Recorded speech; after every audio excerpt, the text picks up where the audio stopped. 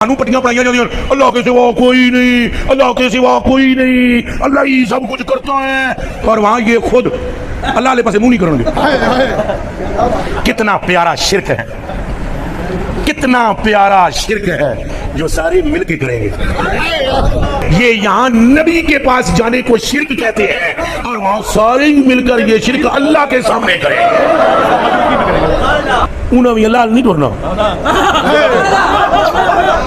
انہوں بھی اللہ ہی جانے کے لیے دھیان کرے۔ آدم بھی بریلوی تو نہیں ہے، یہ تو ابھی کے نزدیک یہ کیا ہو رہا ہے؟ موسیٰ کے پاس، کبھی عیسیٰ کے پاس۔ مشکل میں اللہ کو پکارا، مشکل میں کوئی مشکل کشا نہیں، مشکل میں نہ علی مشکل کشا ہے، نہ غوث مشکل کشا ہے، نہ علی اجمیری داتا مشکل کشا ہے۔ اے موسیٰ اللہ ہے، عیسیٰ پاک اللہ ہے، اے نوح پاک اللہ ہے، اے ابراہیم پاک اللہ ہے، تو کیوں جاؤ گے؟ ہوں دسو جی، سارے نبیوں کو پھر پڑھا کے آخر میں کن کے پاس پہنچے؟ عیسیٰ پاس۔ رل کے بولو، ہاتھ کھڑا کر کے کسے پہنچے؟ اصل میں وہ جیل میں تو نہیں ہے نا، وہ نبی ہے۔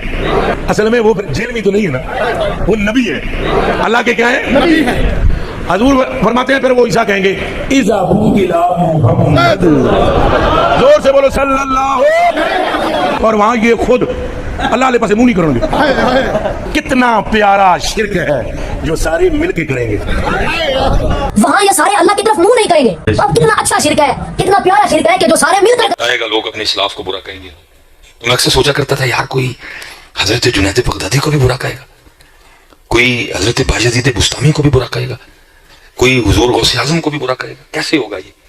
تو حضرت پھر جیلم کے اس لونڈے نے بتا دیا کہ ایسے ہوگا۔ مجھے دکھ ہوتا ہے کہ میں اس دور میں ہوں کہ جس دور میں حضور غوث اعظم کے لیے کہا جا رہا ہے کہ وہ تشیع کوئی، کہ جس دور میں حضرت بایزید کے لیے کہا جا رہا ہے کہ بایزید تشیع کوئی، اس جیلم کے لونڈے نے ثابت کر دیا حضرت کہ اس طرح ہوگا۔ ان کی کامن سینس دیکھ لیں، وہ بھی ان کے اندر موجود نہیں ہے۔ نقلیں اتارنے کے انداز میں انہوں نے یہ گفتگو کی ہے جیسے کسی کی نقل اتاری جاتی ہے، یعنی انہوں نے اللہ کو ہمارے کھاتے میں ڈالا ہے۔ اور بایزید بستامی جو یہ کہتا تھا کہ میرا جھنڈا محمد کے جھنڈے سے بھی بڑا ہوگا، نعوذ باللہ، اس کے ماننے والے نے نبی علیہ السلام کو اپنے کھاتے میں ڈالنے کی کوشش کیا۔ نکلو ادھر ہوئے تو اڑا کے لینا دینا رسول اللہ نال صلی اللہ علیہ وآلہ وسلم۔ لیوائی اعظم من لیوائی محمد کے ماننے والوں، تمہارا کیا لینا دینا؟ تو وہ نقلیں اتارتے ہوئے کہتا ہے کہ جی یہ کہتے ہیں اللہ کے سوا کوئی مشکل کشا نہیں، اللہ کے سوا کوئی حاجت روا نہیں، اس کو نقلیں اتارنے کے انداز میں، اور ہمیں ٹونٹ کر رہا ہے۔ اور وہ کہتا ہے قیامت والے دن دیکھیں سب کے سب رسول اللہ کے پاس آئیں گے صلی اللہ علیہ وآلہ وسلم۔ تم نے تو بایزید بستامی کے پاس جانا ہے نا، اور جو اس کے ساتھ قیامت کے دن ہونا ہے نا، ہماری تو دعا ہے تمہیں، بد دعا نہیں میں کہتا، دعا ہے کہ تمہارے ساتھ بھی وہی کچھ ہو اگر تم لوگوں نے توبہ نہ کی مرنے سے پہلے۔ اس کے بعد پھر وہ کہتے ہیں کہ جی یہ لوگ اس دن اللہ کی طرف منہ نہیں کریں گے، یعنی وہ یہ بتانا چاہ رہے ہیں کہ ہم جو ہیں وہ نعوذ باللہ رسول اللہ کے ماننے والے ہیں، وہ اپنے آپ کو یہ پیش کرنے کی کوشش کر رہے ہیں، حالانکہ یہ بایزید کے ماننے والے، اور جو انجینئر صاحب ہیں یا ان کے اسٹوڈنٹس ہیں یا باقی لوگ جو ہیں یہ اللہ کے ماننے والے ہیں، یعنی وہ اللہ کو اون نہیں کر رہے۔ اس کے بعد وہ کہتے ہیں کہ یہاں یہ لوگ سفارش کے منکر ہیں، اور وہاں یہ انبیاء کرام علیہ السلام سے ہوتے ہوئے رسول اللہ تک پہنچیں گے صلی اللہ علیہ وآلہ وسلم۔ جی ہم نے تو وہاں ہی پہنچنا ہے، آپ نے جانا ہے بایزید بستامی کے پاس، اور جدھر اس نے جانا ہے نا اس نے تمہیں بھی اپنے ساتھ ہی وہاں لے کے جانا ہے، نہ سو ادھروں۔ اچھا، اس کے بعد اس کے اوپر انہوں نے جو جملہ بولا جو تھم نیل کے اوپر بھی لکھا ہے، کہتا ہے کہ جی کتنا پیارا شرک ہے جو ہم سب کے سب مل کر کریں گے۔ یار شفاعت رسول کے عقیدے کو صلی اللہ علیہ وآلہ وسلم کون شرک کہتا ہے؟ ولیعوذ باللہ تعالی۔ پھر اس نے ایک جملہ اس میں بولا، وہ کہتا ہے کہ جب یہ انبیاء کرام علیہ السلام سے ہوتے ہوئے لوگ پہنچیں گے نا رسول اللہ تک، تو آدم علیہ السلام بھی اللہ کے پاس نہیں بھیجیں گے بلکہ نوح علیہ السلام کے پاس بھیجیں گے، اور نوح علیہ السلام جو ہیں وہ موسیٰ علیہ السلام کے پاس، اور وہ ابراہیم علیہ السلام کے پاس، وہ عیسیٰ علیہ السلام کے پاس۔ تو اس نے ایک جملہ بولا ہے کہ دھیان کرنا کدھر آدم علیہ السلام بھی تے بریلوی نہیں نے۔ اچھا یہ جملہ میں بولتا نا تو انہوں نے کہنا تھا انہوں نے گستاخی کر دی ہے، حالانکہ میں اسے گستاخی نہیں سمجھتا، یہ سمجھانے کے لیے اسی طریقے سے بات کی جاتی ہے لیکن ان کی ڈاکٹرن میں گستاخی ہے جب یہ بول رہے ہیں نا کہ بھی آدم علیہ السلام بھی بریلوی ہیں. اب میں اگر کہوں نا کہ آدم علیہ السلام بھی علمی کتابی ہیں یا صرف مسلم ہیں تو انہوں نے کہنا دیکھو جی یہ تو آدم علیہ السلام کو اپنے فرقے میں شامل کر رہا ہے. حالانکہ ہمارا تو فرقہ ہی نہیں ہے. فرقوں کی تو چندہ بک ہوتی ہے, ایک بڑا ہوتا ہے, اور فرقوں کی سب سے بڑی نشانی ہے کہ وہ یہ کہتے ہیں باقیوں کے پیچھے نماز نہیں ہوتی, باقی سارے کافر, ہم مسلمان, ہم تو چندے بھی تمہیں دیں, نمازیں تمہارے پیچھے پڑھیں, مسجد کوئی الگ نہیں بنائی, وہ گالی جو تمہارے بزرگوں کو لگتی ہے ہمیں تو نہ دو. اب اس غم کو تو میں ختم نہیں کر سکتا کہ تمہارے بزرگ یہ سارا گند کر کے گئے, ایک دوسرے کو کافر کہہ کے گئے, ایک دوسرے سے اپنی مسجدیں الگ کر کے گئے, چندہ بک الگ کر کے گئے. یہ ساری گندگی اگر میرے اندر نہیں ہے تو تمہیں اس بات کا غم کیوں نہیں جا رہا؟ مان لو کہ نہیں ہے میرے اندر وہ گندگی. اور صرف اتنا ماننا کافی نہیں بلکہ یہ بھی کہنا پڑے گا کہ ان کے اندر یہ گندگی موجود تھی. اور پھر اینڈ پہ جب لوگ پوچھیں نا کہ انجینئر صاحب گندی مکھی ہیں, گند پہ بیٹھتے ہیں, تو آپ نے پھر کہنا کہ انجینئر صاحب کو کچھ نہ کہا کریں, یہ گند ہمارے بزرگوں کا تھا, انجینئر صاحب تو گند صاف کر رہے ہیں, انجینئر صاحب گندی مکھی نہیں ہے, گند ہمارے بزرگوں نے پھیلایا تھا, قصور انجینئر صاحب کا نہیں, قصور ہمارے بزرگوں کا ہے. اور آخری جملہ انہوں نے اس میں یہ بولا کہ جب لوگ عیسیٰ علیہ السلام کے پاس پہنچیں گے نا تو عیسیٰ علیہ السلام کہیں گے کہ میں آج اس شخص کو جانتا ہوں جس کے ہاتھوں پر شفاعت کا دروازہ کھلے گا, تم محمد رسول اللہ صلی اللہ علیہ وآلہ وسلم کے پاس چلے جاؤ. اس پہ پتہ انہوں نے کیا بولا ہے کہ وہ عیسیٰ علیہ السلام ہوں گے, جیل میں نہیں ہوں گے. یعنی میرا وہ کہہ رہا ہے کہ وہ عیسیٰ علیہ السلام ہوں گے, وہ انجینئر نہیں ہوگا. بھائی انجینئر تو بھیج ہی رسول اللہ کے پاس رہا ہے صلی اللہ علیہ وآلہ وسلم.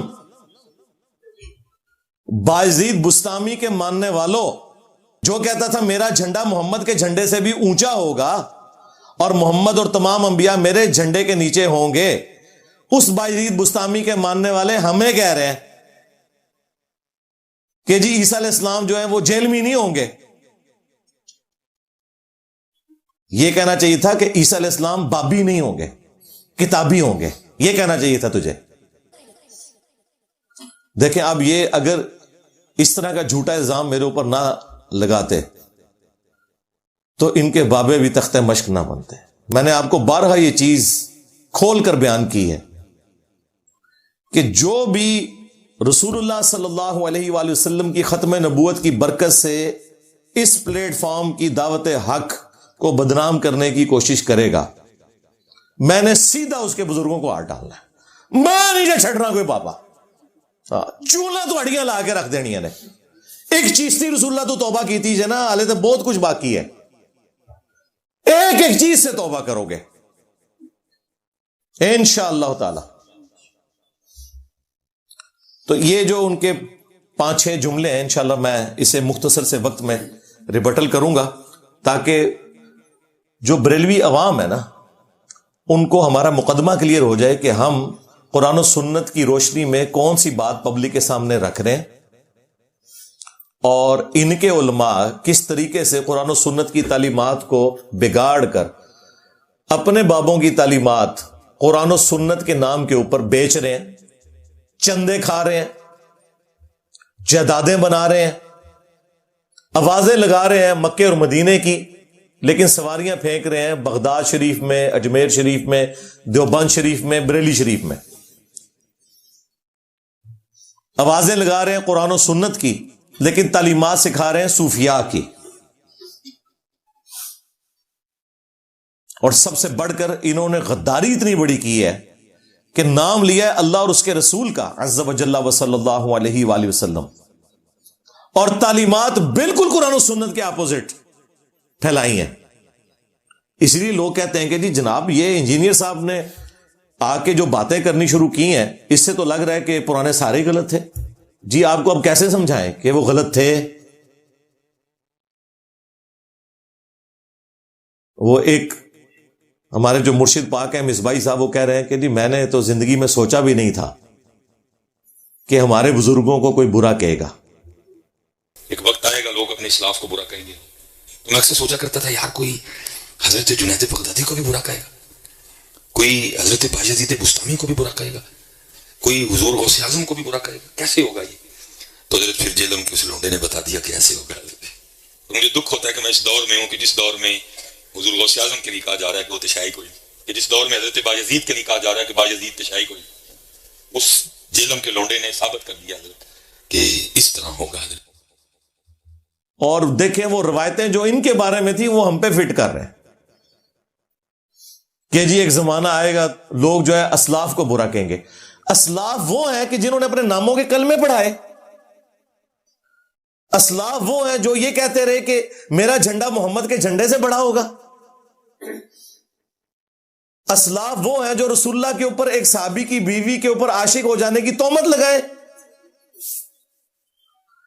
اسلاف وہ ہیں جو یہ کہیں کہ رسول اللہ کی قبر مبارک میں ہڈیاں ہیں، اور لعنت ہے ایسے تمہارے اسلاف کے اوپر جو اس قسم کے گستاخانہ عقیدے رکھتے تھے۔ میرے نبی سا ہے ہی کوئی نہیں، تیرے بابے تھے شاہ ہی کوئی نہیں، کتابیں تم لوگ چھاپ رہے ہو، مناظرے کر رہے ہو، غدار ہیں یہ لوگ، یہ تو درمیانے لوگ ہیں۔ اسلاف میں بتاتا ہوں کون ہے، اسلاف ہیں ہمارے اہل البیت علیہم السلام، صحابہ اکرام علیہم رضوان، تابعین تبع تابعین، اور اس کے بعد ائمہ محدثین، یہ ہیں ہمارے اوریجنل بابے، امام بخاری امام مسلم، جنہوں نے اپنے نبی کے ساتھ غداری نہیں کی۔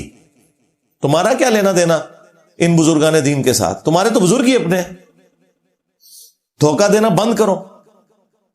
تو بھائی جو لوگ رسول اللہ کے ساتھ غداری کریں گے تو اللہ تعالیٰ نے تو بدلہ لینا ہے۔ اِنَّا كَفَيْنَاكَ الْمُسْتَهْزِئِينَ، اے نبی آپ کا ٹھٹا اور مذاق اڑانے والوں کے مقابلے پر ہم آپ کو کفایت کریں گے۔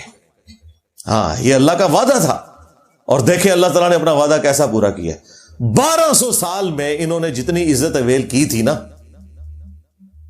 12 سال کے اندر اللہ تعالیٰ نے ان کی مٹی پلید کر کے رکھ دی ہے۔ کتنی بڑی بلا ان کے اوپر چھوڑ دی ہے۔ میرے نبی سا ہے ہی کوئی نہیں، تیرے بابے تھے شاہ ہی کوئی نہیں۔ اب یہ وکٹم کارڈ نہ کھیلو کہ جی ہمارے اسلاف کو برا کہہ رہے ہیں، وہ اسلاف ہے ہی نہیں ہے بھائی، وہ درمیان کے لوگ ہیں۔ یہ وہ اسلاف ہیں جنہوں نے صحابہ کے ساتھ، اہل البیت کے ساتھ، اور سب سے بڑھ کر رسول اللہ کے ساتھ غداری کی ہوئی ہے صلی اللہ علیہ وآلہ وسلم۔ انہوں نے اپنے اسلاف کے ساتھ غداری کی ہے۔ ہم صرف ان بابوں کو مانتے ہیں جو کتابوں کو مانتے ہیں، جو کتابوں کے غدار ہیں ان بابوں کے لیے کوئی عزت نہیں ہے۔ اور یہ جو اکثر لوگ کہتے ہیں نا جی وہ انجینئر صاحب دیکھیں قرآن پاک میں آئے کہ لوگوں کے جھوٹے خداؤں کو برا نہ کہو کہ وہ تمہارے سچے خدا کو برا کہیں گے، تو آپ ذرا ان کے بابوں کے اوپر ہاتھ ہولا رکھا کریں۔ اچھا اس کا مطلب یہ ہے کہ آپ ہمیں یہ کہنا چاہ رہے ہیں کہ ہم جن کے بابوں کو چھیڑ رہے ہیں یہ کسی اور دین کے ماننے والے، یہ آج بابوں کے ماننے والے یہودی ہو جائیں، کرسچن ہو جائیں، ہندو ہو جائیں، ہم ان کے ساتھ اسی کے تحت ڈیل کریں گے۔ وَلَا تَسُبُّوا الَّذِينَ يَدْعُونَ مِن دُونِ اللَّهِ فَيَسُبُّوا اللَّهَ عَدْوًا بِغَيْرِ عِلْمٍ، کہ لوگوں کے جھوٹے خداؤں کو برا مت کہو، لیکن جب تم ہمارے خدا کا نام لوگے، ہمارے نبی کا نام لوگے، تو پھر تمہاری سزا ہوگی غداری والی۔ آج بھی جو یو این او میں قیدیوں کے جو احکامات ہیں نا چارٹر کے اندر، جو ان کے حقوق ہیں، وہ مخالف فوج کے قیدیوں کے لیے ہیں۔ اپنی فوج کا کوئی شخص غداری کرے تو اس کی سزا سیدھی سیدھی قتل ہے۔ اس طریقے سے کافروں کے ساتھ ڈیلنگ ڈیفرنٹ ہے، ان کے لیے یہی آیت ہے، یہ کافروں کے بارے میں آیت ہے کہ لوگوں کے جھوٹے خداؤں کو برا نہ کہو۔ تم تو مسلمان ہونے کے دعوے دار تھے، اس کا مطلب ہے تم خود ہی کہتے ہو کہ ہم کسی دوسرے مذہب کے ماننے والے ہیں، ٹھیک ہے نکل جاؤ، پھر ختم ہوگی بات۔ لیکن اگر تم کہو کہ ہم مسلمان ہیں تو بھئی مسلمان جو ہوگا پھر وہ اللہ اور اس کے رسول کے ساتھ غداری نہیں کر سکتا، عز و جل و صلی اللہ علیہ وآلہ وسلم۔ پھر غداروں کے لیے سیدنا عمر کی تلوار ہے اور انجینئر صاحب کی زبان ہے۔ اللہ کا شکر کرو کہ حضرت عمر نہیں ہے، ورنہ قبریں اکھڑواتے تمہارے بزرگوں کی، جنہوں نے اپنے ناموں کے کلمے پڑھائے، جنہوں نے رسول اللہ کی شان میں گستاخیاں کی۔ تو انشاءاللہ تعالی میں مختصر سے وقت میں توحید کو اسٹیبلش کرنے کے لیے اور قرآن و سنت کی صحیح تعلیمات عوام الناس تک، خصوصاً بریلوی پبلک تک پہنچانے کے لیے اس پوری جو ان کی تقریر کے اندر جو اقوال زرعی ہیں ان کو انشاءاللہ ریبٹل کروں گا، لیکن ایک دفعہ دروشی پڑھ لیں. اللہم صلی علی محمد وعلی آل محمد واصحاب محمد وازواج محمد وامت محمد اجمعین الی یوم الدین.